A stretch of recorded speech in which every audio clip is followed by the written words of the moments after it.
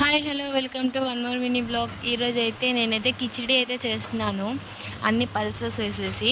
So చూడండి, దానికి కావాల్సిన ingredients tomato, onion and carrot, పచ్చిమిర్చి, ఆలు. సో సో అవన్నీ అయితే కట్ చేసి పెట్టుకున్నాను. సో దానికి కావాల్సింది ఎర్రపప్పు అండ్ 1/2 గ్లాస్ పెసరపప్పు. చూడండి, కొలతలతో తీసుకుంటున్నాను నేను. 1/2 గ్లాసు కందిపప్పు. ఈ 3 పప్పులని బాగా మిక్స్ చేసేసేయాలి. మిక్స్ చేసి మనం వాటర్ కింద వాష్ చేసేసి బాగా దానికి ఏమైనా దుమ్ము అలాంటివి ఉంటే మొత్తం పోతుందండి. సో మంచిగా వాష్ చేసి నానబెట్టి కొంచెం సేపు పెట్టాలి.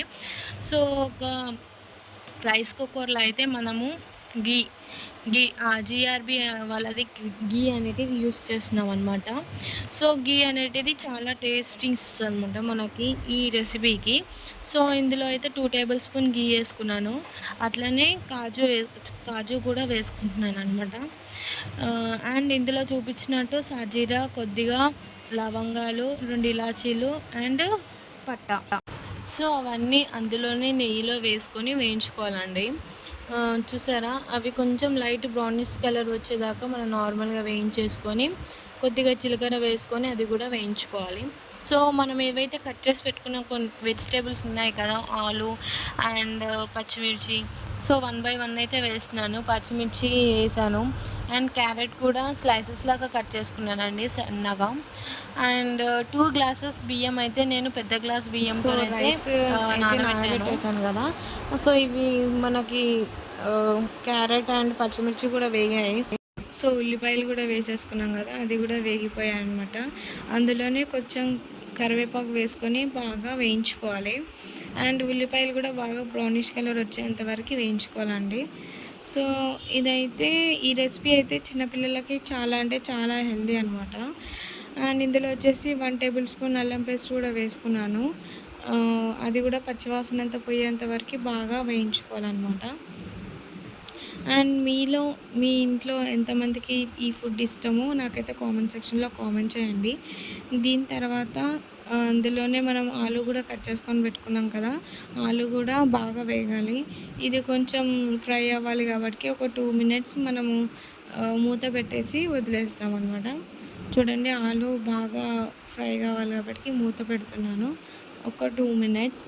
అవి మంచిగా ఫ్రై అయ్యాక మనకి మంచి టేస్ట్ వస్తుందన్నమాట, కొద్దిగా ఆయిల్లో ఫ్రై అయితే.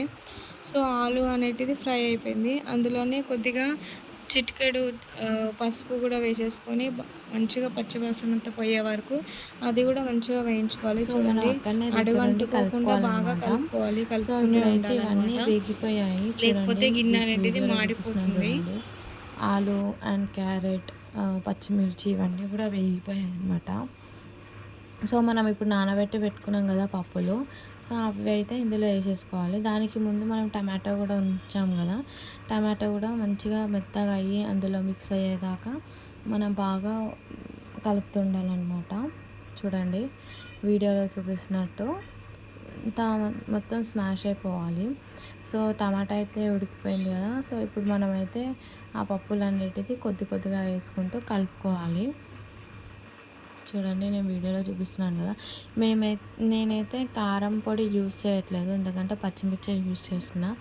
ఒకవేళ కారం పొడి యూస్ చేయాలంటే మనకు 1.5 స్పూన్ అయితే సరిపోతుంది అనమాట కిచిడికి. సో చూడండి, పిల్లలు ఉంటారు కాబట్టి నేనైతే ఒక 4 to 5 పచ్చిమిర్చి తీసుకున్నాను.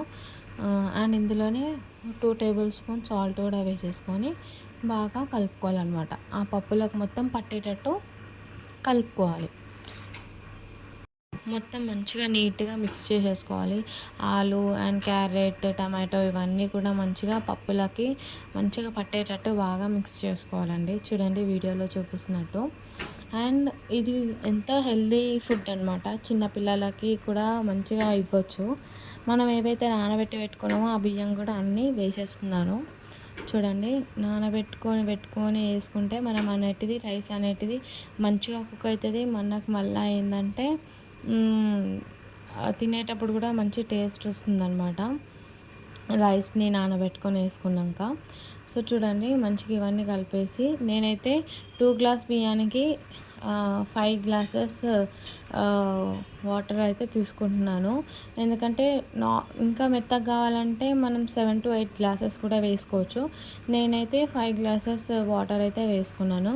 సో చూడండి, ఇవన్నీ మంచిగా పప్పులు అవన్నీ అందులోకి అన్నీ మిక్స్ అయ్యాక మనం దీన్ని మూత పెట్టి ఒక 4-5 విజిల్స్ మూత పెట్టేసేసి మనము ఒక 4 విజిల్స్ వచ్చేస్తే సరిపోతుంది.